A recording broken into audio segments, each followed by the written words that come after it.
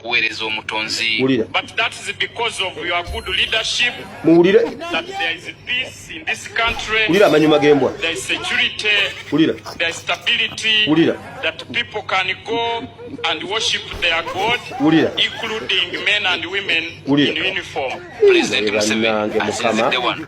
Wulira omusajja omunnaddiini bw'abooga mbu Museveni yaleeta emirembe era atuwadde eddembe ly'okusinza. Nze mbuuza ne Kenya ye yabawa eddembe ly'okusinza.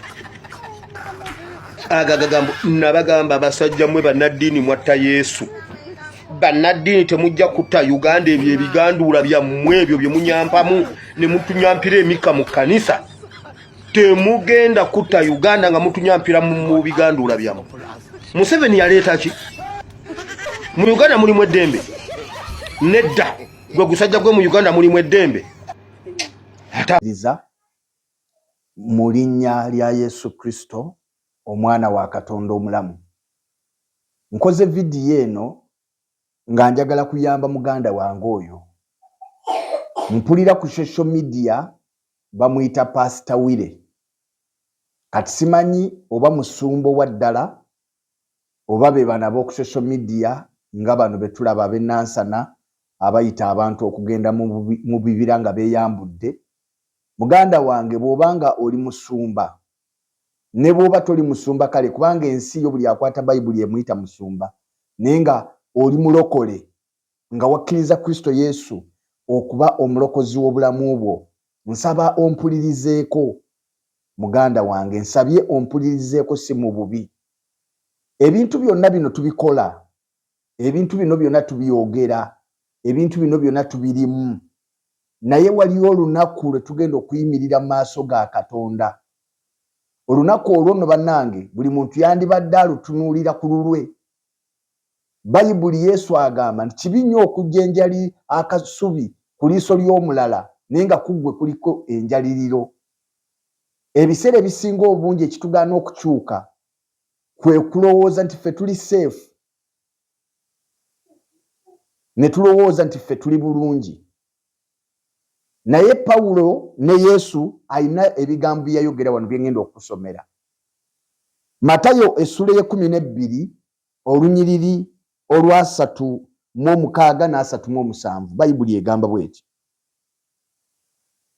Bayibuli egamba, era mbagamba nti buli kigambo ekitaliimu abantu kye boogera balikiwooleza ku lunaku olw'omusango. Kubanga ebigambo byo bye biri kuweesa obutuukirivu n'ebigambo byo bye biri kusaliza omusango. Katulinayo omusango ogw'ebigambo nga si bikolwa ku mulundi guno, naye nga bigambo ebyafuluma mu kamwa kaffe nga bye tugenda okuwoza. Kati bw'obanga oli mwana wa Katonda nga Kristo Yesu ye mukama w'obulamu bwo, ebigambo by'okozesa si bituufu. Nzikiriza nti osobola okuba ng'olina ensonga mu kunnyonnyola kwo, naye osobola okunnyonnyola mu ngeri entuufu. Kati tuleke kwambala kyambalo kino eky'obusumba, ndi musumba, naye ate nga twonoona eri abatuwuliriza n'abatulaba, nga tubalowoozesa nti abalokole bwe batyo bwe bafaanana. Nedda, nedda, eyo si nkola yaffe. Abaana ba Katonda, oba oli mu byabufuzi, oba oli mu byamizannyo, oba oli ku mulimu, oba oli luddawa, Yesu ateekwa okusigala nga ye Mukama, ng'agulumizibwa. Nze nzikiriza nti tusobola okuba ekyokulabirako ekirungi. Tusobola okunnyonnyola ensonga zaffe ne tuzinnyonnyola nga tetulina gwe tuvumye, nga tetulina gwe tuyisizaamu maaso, nga tetulina gwe tutyobodde. Kisobokera ddala. Kati Pawulo ye n'asomesa bw'ati. Bakolinso ekisooka essula 9 olunyiriri olwa 27. Abakolinso ekisooka essula ey'omwenda olunyiriri olwa 27. Bayibuli egamba bw'eti. 9:27 Bakolinso ekisooka. Naye neebonereza omubiri gwange era ngufuga, mpozzi nga mmaze okubuulira abalala, nze nzekka nneme okubeera atasiimibwa. Ekyo kikulu nnyo mu bulamu bw'omuweereza. Ekyo kikulu nnyo mu bulamu bw'omukristaayo. Okufaayo okulaba bwe mmaliriza bino byonna abantu basobola okumpa likes, abantu basobola okumpaana, abantu basobola kyenategeera mu bulamu teriiyo muntu atalina bawagizi, taliiyo. Olwaleero ne bwe ŋŋamba nti ngenda kukolanga vidiyo nga ndi bwereere era nfuna abampagira era nfuna ba likes nyingi era nfuna comments mpitirivu era nsobola n'okutumbuka ennyo n'okusinga ku bigambo bye njogera. N'ensalawo ne ŋŋamba nze olwaleero enjiri ngenda kugibuuliranga nga ndi bwereere nga siinaamu wadde n'akabikka omulalu. Nfuna abagoberezi bangi wano. Kitegeeza ki? Teriiyo atalina amuwagira. Naye ng'ogwe omuntu tuula wansi otunuulire ebigambo bino bye njogera bindekawa. Muganda wange tunuulire ebigambo by'okozesa naddala eri omuntu omuweereza. Kale kanzikize nti olina ensonga naye tosobola ginnyonnyola bulungi naddala ng'olina akantu ako ke bakuteekako kuba nze nkulaba Pastor Wire ddala abantu abo bakugoberera. Kale bakugoberera n'oweza viewers n'obeera n'abalabi bangi, n'obeera ne likes nyingi, n'obeera ne comments nyingi, zisobola okuba nga zonna zikuwagira kyokola kituufu. Naye ekibuuzo gwe munda mu ggwe towulira nga oliibwa, towulira nga waliibwa, towulira nga waliwo ekyakuvaako, towulira nga waliwo ekyakwamukako bw'obanga ddala oli muweereza, bw'obanga ddala oli mulokole. Mpozi nga bwe ŋŋambye nga oli bano aba social media naye bw'obanga oli mulokole ddala mbadde nsabye mukwano gwange muganda wange kyusaamu enkola gy'okikola si ntuufu. Ekyo kimu. Ekyokubiri, njagala ndeete ekintu ekyokubiri.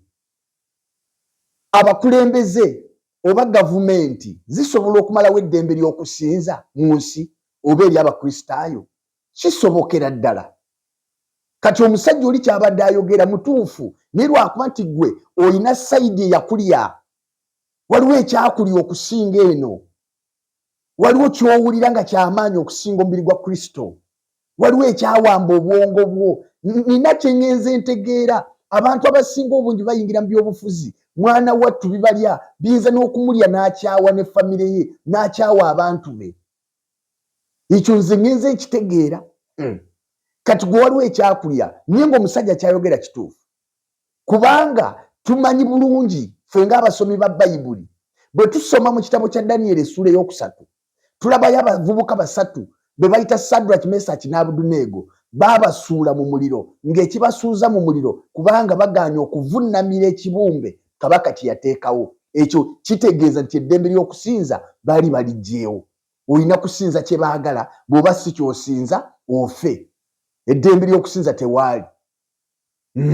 Tutunuulira mu Bayibuli era ne tujja nga tulaba nga waliwo Danyeri baamusuula mu bunnya bw'empologoma. Kiki ekimusuuzaayo? Kubanga agaanye okusinza kabaka, okuvunnamira kabaka. Ne tujja ne tulaba mu ndagaano empya abatume. Bw'osoma Luka banya Matayo essula 12 baakwata omusajja muganda wa Yesu Yakobo ne bamutemako omutwe, ne bakwata Peetero ne bamuteeka mu kkomera. Siteefano ye baali baamusedde baamukuba amayinja mu ssula ey'omusanvu nga tewali kusinza, nga bayigganya ab'ekkubo. Bayibuli egamba nti nga babanoonya buli we bali ne mu mayumba nga babakwata ne babasiba. Tewaali ddembe lya kusinza. Bwe tukomawo wano mu buliwo, mu nsi ez'obuliwo, ekitwala abantu okulamaga ennamugongo ku bajulizi kubanga tewaali ddembe lya kusinza. Kabaka eyaliwo mu biseera ebyo n'atta abaali basinza, abaali bagaanye okusinza emizimu n'abatta kubanga tewaaliwo ddembe lya kusinza. Ekitegeeza nti eddembe ly'okusinza lisobola okugabibwa abakulembeze oba lisobola okuggibwawo abakulembeze. Katonda yaliteekawo naye abakulembeze basobola okuliggyawo, basobolera ddala. Tuyina n'ensi namba wano nga wadde ogamba ndi mulokole nga tosobola genda n'ozimbayo ekkanisa, nga tosobola genda ozimbe ekkanisa luddawa, genda ogizimbe China olabe, genda Cuba, kale genda Iran, genda Pakistan, genda Russia, genda Saudi Arabia, genda yolabe obagambe nze nina eddembe lyange okusinza buli wenjagala kati nzimba wane kanisa, genda olabe. Ekitegeeza nti eyo gavumenti yaayo yajjako abantu eddembe lyabwe ery'okusinza bo ne bateerawo kye bateekeddwa okutambuliramu. Wane Uganda waliwo president yaliwoko ng'okubeera omulokole musango gukusibya gukutisa kyali kibaddewo. N'olwekyo omusajja si mukyamu naye gwe ekikutawaanya olina ebyobufuzi, kati ate ekineewuunyisa nti ebyobufuzi by'oyogerera biraga nti byagala kujja mu bukulembeze naye ate engeri gy'obikolamu si ntuufu. Mwe bamu abavuma abazimbye amakanisa, n'oli n'azimba ekkanisa ne mumuvuma ne mumubeerako ne mugamba yakoze kikyamu. Bassebo njagala kubategeeza ekkanisa nalyo ddwaliro naye si lya mubiri, lya mwoyo. Ekyo mukitegeere nti nalyo ddwaliro ate liwonyeza bangi. Fe abamu twali babi nnyo nga twogera ebigambo bibi oba oliawo n'okubasinga, naye olw'eddwaliro lye twagendamu Yesu n'atuwonya kati tuyina